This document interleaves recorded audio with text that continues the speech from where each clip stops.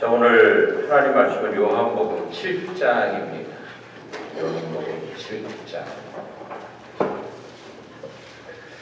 19절에서 24절 말씀 제가 공독합니다. 요한복음 7장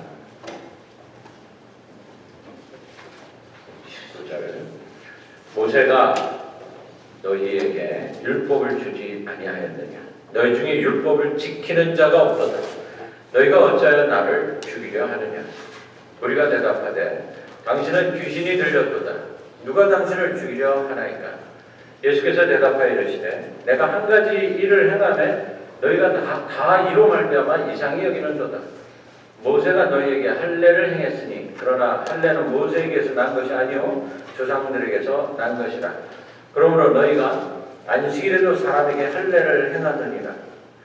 모세의 율법을 범하지 아니하려고 사람이 안식일에도 할례를 받는 일이 있거든. 내가 안식일에 사람의 전신을 건전하게 한 것으로 너희가 내게 노여워하느냐? 외모로 판단하지 말고 공의롭게 판단하라 하시니라. 아멘. 지금 예수님께서 유대인들을 야단치시는 거예요. 지금 너희가 왜 나를 죽이려고 하냐?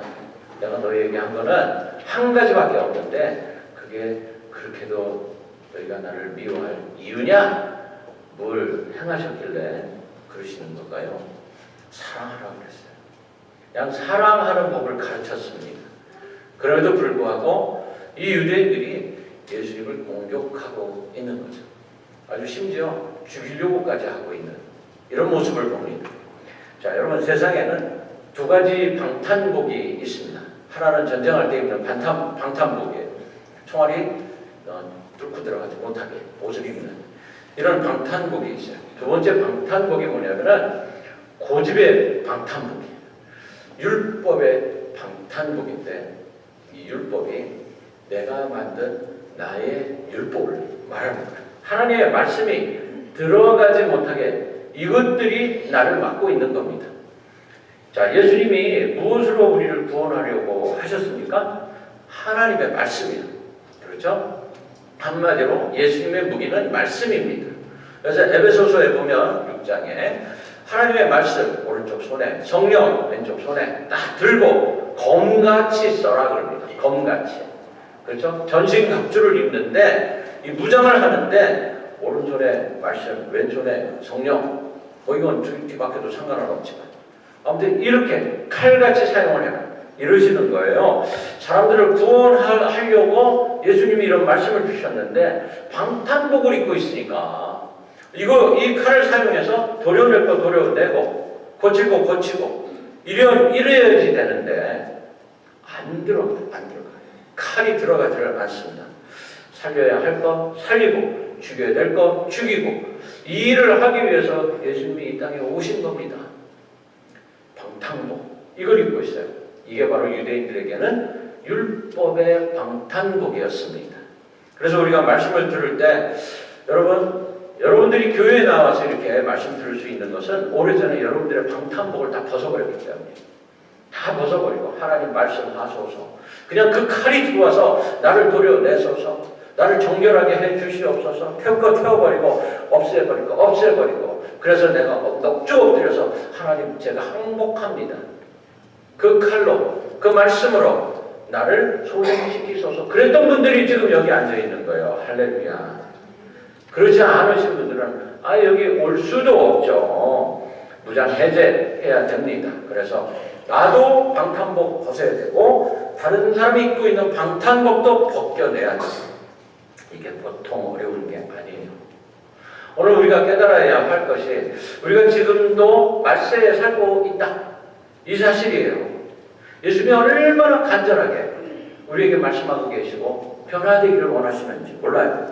이걸 전제로 하고 자 19절에 주님이 유대인들에게 이렇게 말씀을 하세요. 너희 중에 모세가 준 율법을 올바르게 지키는 자가 있느냐? 하나도 없지 않느냐? 그러면서 왜 나를 죽이려고 하느냐? 왜 내가 안식일 날 사람 병 고쳐 주었다고 죽이려고 하느냐? 이렇게 말씀하세요. 지금 주님이 이런 질문을 하시는 것은 유대인들에게 무장 해제해라 이걸 요구하시는 겁니다. 그러지 말고 방탄복 다 벗어버려라 이거예요. 오늘 우리가 두 가지를 선택을 해야 돼. 두 가지 중에 하나를 선택을 해야 돼. 모세의 율법을 선택할 것이냐, 아니면 그리스도의 사랑의 법을 내가 선택할 것이냐. 나의 깊은 내면의 모습을 내가 스스로가 들여다봐야 됩니다. 먼저 율법이 도대체 뭔가? 이걸 먼저 알아야죠. 내가 갖고 있는 율법이 있어요. 고집이 있어요. 율법은 한마디로 인간을 구원하시기 위한 하나님께서 유대인들에게 주신 최초의 법이었습니다. 그 율법을 집약해 놓은 것이 바로 십계명이에요. 근데 십계명 1절부터 하나부터 10가지가 있는데 간단하게 얘기하면 1에서부터 4번까지는 하나님 사랑하라 이거고, 5번부터 10번까지는 서로 사랑하라, 이웃 사랑하라 이겁니다. 근데 이게 얼마나 간단합니까? 하나님 잘 믿고 서로 사랑하면서 살아라 이건데, 인간들은요 참 재주가 좋아요. 이걸 너무 어렵게 생각해요. 어렵게 만들어. 이해도 잘 못해. 쉬운 거 어렵게 생각하고 간단한 거 복잡하게 만들고, 이런 재주를 갖고 있어요. 그래서 율법의 혼돈 속으로 빠져들어갑니다. 율법대로 살려고 하지만 그거 못해요. 그리고 자기가 스스로 올가미를 만들어놔요. 유대인들의 역사를 보면 이 율법에 대한 오해 때문에 세 가지 잘못된 흐름이 있습니다. 첫째는 말 그대로 율법주의예요. 율법을 그대로 지켜야만 돼. 율법만 지키면 돼. 이러는 거예요.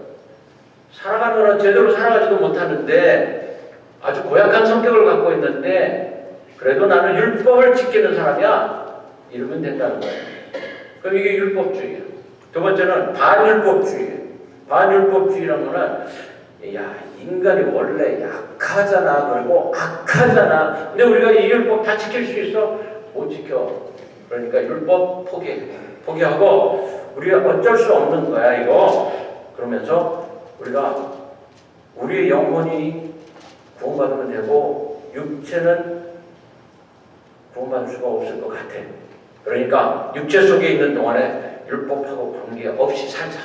내가 하고 싶은 건 다 하자. 먹고 싶은 건 다 먹고 이 육체의 쾌락을 추구하며 살아도 돼. 이러는 게 바로 반율법주의. 세 번째가 갈라디아인주의입니다. 이 신약 성도들에게 가장 위험했던 게 이 갈라디아인주의예요. 이 갈라디아인주의란 거는 구원은 은혜로 받는다. 그렇지만 구원받은 성도가 이걸 계속 유지하기 위해서는 율법도 지켜야 돼. 이러는 거예요. 자, 이 구원받았어도 할례를 받아야 돼. 얘기 여러분 많이 들어봤죠, 그죠? 그래서 갈라디아 교회에 내려온 유대인 지도자들이 갈라디아에 있는 사람들을 그렇게 가르쳤어요. 그래서 바울이 율법학자가 율법주의를 경계해서 쓰여진 그 성경이 바로 로마서, 반율법주의를 위해서 쓰여진 책이 바로 야고보서, 갈라디아인들을 위해서 쓰여진 책이 갈라디아서지 모르겠어요. 갈라디아서 이렇게 된 거예요. 그러면 정확하게 율법이 뭘까? 광야 생활을 하면서 300만이 넘는 유대인들이 막 그 광야에서 살아가는데 혼란스럽죠. 이 질서가 없어. 이거를 막아주기 위해서 모세에게 주신 법이 바로 율법이에요. 그 율법은 무엇이 죄인가? 이걸 깨닫게 하는 겁니다. 그래서 모세가 하나님으로부터 받아서 유대인들에게 어려서부터 이걸 지켜야 된다. 이게 두 가지. 하나는 제사법, 하나님을 잘 믿어라 이거죠. 그 다음에 생활법, 사람 죽이지 마, 서로 미워하지 마, 이런 거예요. 결국엔 사랑하는 게 너무 힘들구나, 이걸 깨닫게 되는 겁니다. 하나님 사랑하는 게 그렇게 힘들구나, 내 이웃 사랑하는 게 그렇게 힘든 거구나. 사랑하지 못하는 우리 자신을 돌아보니까 와, 죄인이더라. 내가 죄인이더라. 너 사랑 못하네. 사랑하라고 그렇게 얘기해도 못하네. 그래서 내가 죄인이더라. 할 수 없어. 용서의 하나님, 전지전능하신 하나님만을 바라보면서 살자. 이거죠. 이 간단하고 단순한 사랑하는 일 얼마든지 할 수 있을 줄 알았는데 못하더라는 거예요. 스스로가 사랑하지 못하는 죄인이라는 것을 깨닫고 나니까 이거 정말 가만히 있을 수가 없어요. 그래서 사도 바울이 스스로 자기 보고 뭐라 그러냐면 오라 나는 검거한 자로다. 왜 그런지 아세요? 사랑하려고 하는데 방해되는 게 너무 많은 거예요. 자기 속에서. 세상 것을 다 똥으로 생각을 했는데도 불구하고 내 속에서 계속해서 미워하는 사람이 자꾸 생기는 거예요. 이게 문제인 거예요. 그래서 주님이 이 죄인들을 구원하시기 위해서 이 땅에 오셨어요. 결국에 인간의 부족은 사랑하지 못하는 것이다. 이 하지 못하게 하는 사건, 이 사건이 날마다 터지네. 그래서 어떻게 했어요? 교회를 세워줄게. 교회에 와서 회개해라. 한 주일 지나고 나서 한 주일 동안 일어났던 일 생각하면서 잘못한 거 다 회개해라. 깨끗하게 정결하게. 다시 예수님 사랑 오경원 목사가 말하는 그 얘기를 다시 한번 좀 생각 좀 해봐라. 들어봐라. 그러시는 거예요. 날마다. 예를 들면 아파트에 사는 아줌마가 짜증나는 일이 발생을 했어요. 글쎄 아래층에 있는 사람이 베란다에서 생선을 굽네. 그 생선이 그 냄새가 올라오는데 구역질이 나네. 그래서 창문을 닫았는데 답답하네. 신경질 나. 그러면서 바깥으로 나갔더니 복도에 그 냄새가 가득하네. 불쾌합니다. 화가 나요. 그래서 무슨 생각하겠어? 혼자 사는 것도 아닌데 꼭 생선 냄새 피우면서 그거 구워 먹어야 돼? 이런 생각이 드는 거예요. 그 다음부터는 그 집 그 사람만 보면은 화가 나네.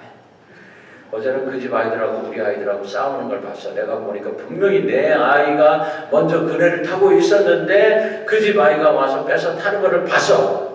무슨 생각이 들었을까? 제 엄마 닮았네. 우리 아이는 나 닮아서 저렇게 빼앗기기만 하네. 이런 생각하는 거야. 엘리베이터에서 딱 만났어. 한마디 하고 싶어. 무슨 말을 할까 그러다가 생선 좋아하시나 보죠? 이런 거네. 그랬더니 그 사람이 깜짝 놀라면서 네? 생선이요. 속으로 생선 구워 먹은 거 생각이 난 거예요. 이거 뭐라 그러지? 불쾌한 생각이 막 서로 나기 시작하는 겁니다. 이게 뭐예요? 미움이에요, 미움. 여기 지나치면 욕하고 싸우고 법정까지 가는 거예요. 여러분 한국에서 층간소음 때문에 살인사건 났어요. 이런 일들도 벌어져요. 그래서 생긴 직업이 판사, 변호사. 끊임없이 법을 만드는 사람들이 국회의원이라는 사람들인 거예요. 판사회가 열렸어요. 한 사람이 안건이 있습니다. 왜요? 지난주에 생선 냄새 때문에 내가 죽을 뻔했어요. 우리 아파트 베란다에서 절대로 생선 구워 먹지 맙시다. 그랬더니 저도요. 막 여러 사람이 손들어 다수결로 그 법이 만들어졌어. 그 다음부터 전 아파트 주민들이 생선 먹고 싶으면은 가서 사 먹어라. 이렇게 식당에 가서 사 먹고. 이것과 다르지 않은 것이 바로 이스라엘의 율법입니다. 이스라엘 율법에 비늘이 없는 물고기를 절대 먹으면 안 되는 그런 법이 이스라엘 율법에. 왜냐하면 이 열대지방 더운 데서 비늘 없는 물고기가 금방 상하는 걸 알았어. 이거 먹으니까 배탈이 나네. 이런 거 먹으면 안 돼. 이건 부정한 음식이야. 절대 먹지 마. 죽을 수도 있어. 돼지고기 먹으면 안 됩니다. 왜냐하면 돼지고기가 금방 상해. 이거 먹고 죽는 사람들이 막 생기는 거야. 이거 부정한 음식이야. 우유 제품 담은 그릇하고 야채 담는 그릇하고는 반드시 구분을 해라. 이거 율법이에요. 왜 그러냐면 우유 제품 담은 그릇에서는 그때 무슨 퐁퐁이 있었겠어. 대충 닦지. 그러니까 구리구리한 냄새가 나는 거예요. 야, 우리 이렇게 살지 말자. 이거는 반드시 구분해라. 이걸 법으로 만들어 놓고 지켜라. 이러는 겁니다. 여러분, 미국에도요, 황당한 법들이 참 많습니다. 제가 인터넷에서 한번 찾아봤어요. 미국의 황당한 법. 그랬더니 집에서 쥐를 잡으면 안 된다네. 캘리포니아 법이에요. 왜냐하면 쥐는 동물과에 속해 있기 때문에 사냥할 수 있는 그 증서를 가진 사람만 쥐를 잡을 수 있대. 여러분들 쥐 잡으면 안 돼요. 개 앞에서 인상을 쓰면 안 돼요. 구금할 수 있어요. 이게 오클라호마주의 법입니다. 왜냐하면 개를 보고 인상을 쓰니까 온 동네가 시끄럽네. 개가 막 짖고 난리를 치는 거예요. 그래서 주민 발의안이 나오는 거야. 개 앞에서 인상 써서 시끄럽게 만들면 안 되는 걸 우리 법으로 만듭시다. 이게 법이 됐어. 코수염 기른 남자는 여자에게 키스하면 안 된대요. 유레카에 있는 법이에요.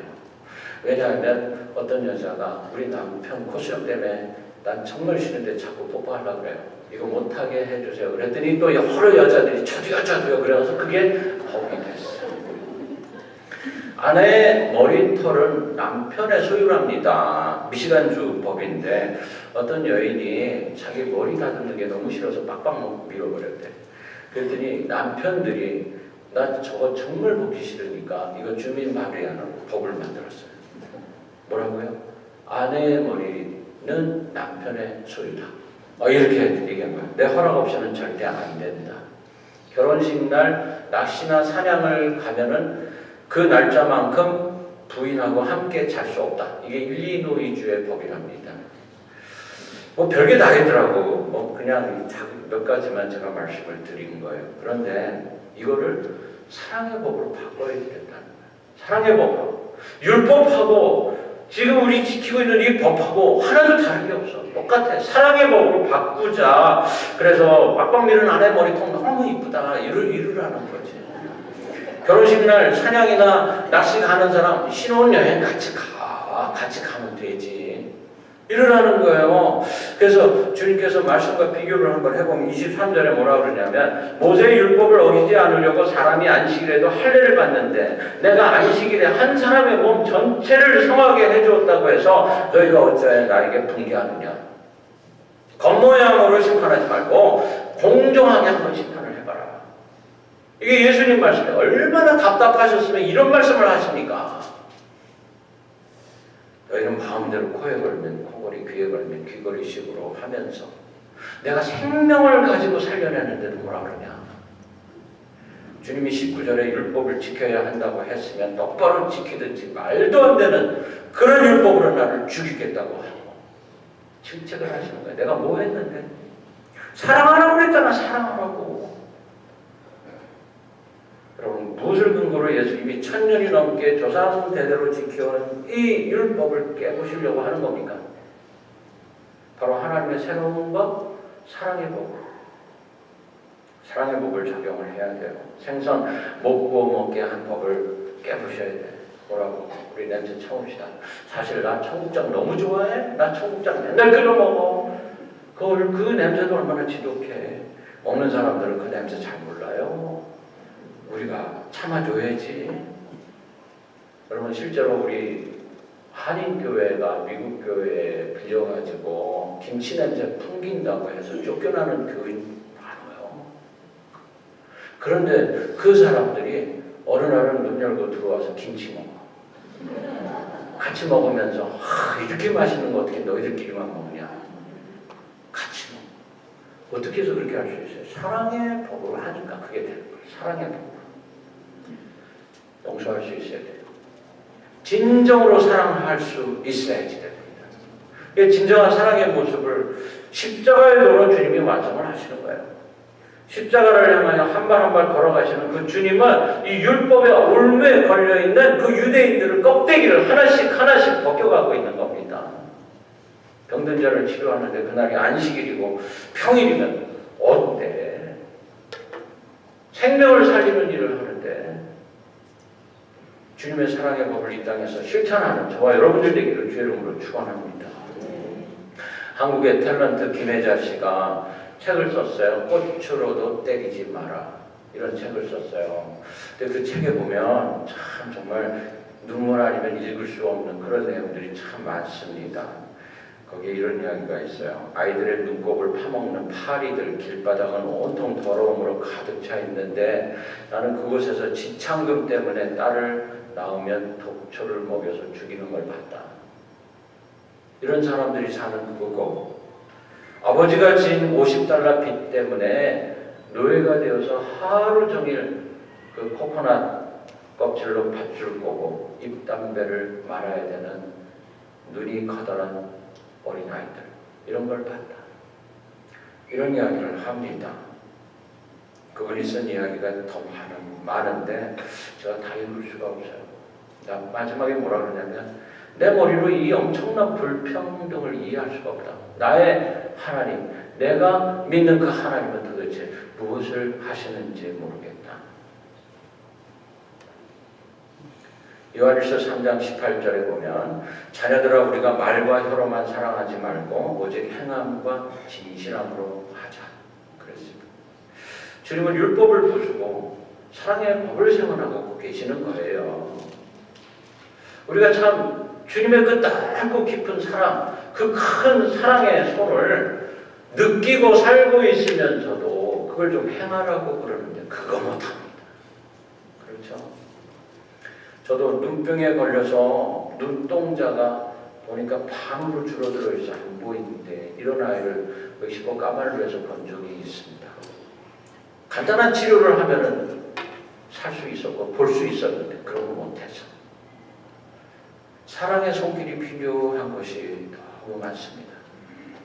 여러분, 우리는 깨어서 이 광야 같은 땅에 살고 있는 사랑받아야 할 사람들을 찾아갈 수 있어야지 되는 줄로 저는 믿습니다.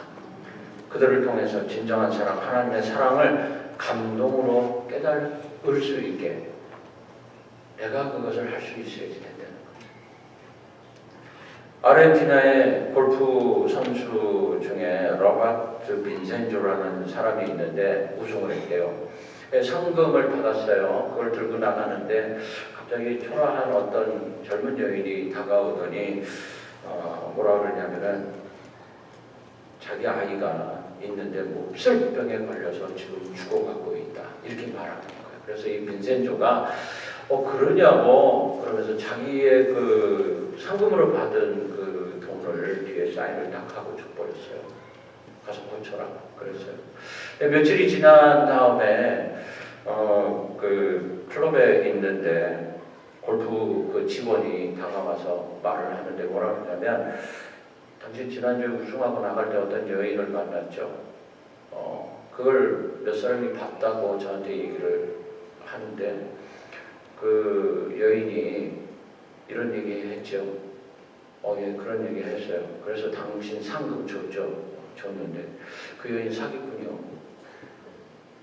가르쳐 줬어요. 그 여인이 그 여자 결혼한 적도 없는 여자야. 근데 당신 돈 그거 뺏어간 거예요. 그랬더니 빈센조가 뭐라 그러냐면 그러면 죽어가는 아이가 없다는 겁니까? 그거 당연히 없지. 그럼 됐네. 내가 지금까지 들어본 소식 중에 제일 기쁜 소식이네. 그러더라는 거예요. 그냥 줬어요. 그리고 자기는 그 죽어가는 아이가 없다는 거 그거 하나로 만족하다 그럽니다. 오늘 주님은 율법으로 무장한 유대인들하고 새로운 전쟁을 선포하고 계시는 장면이에요.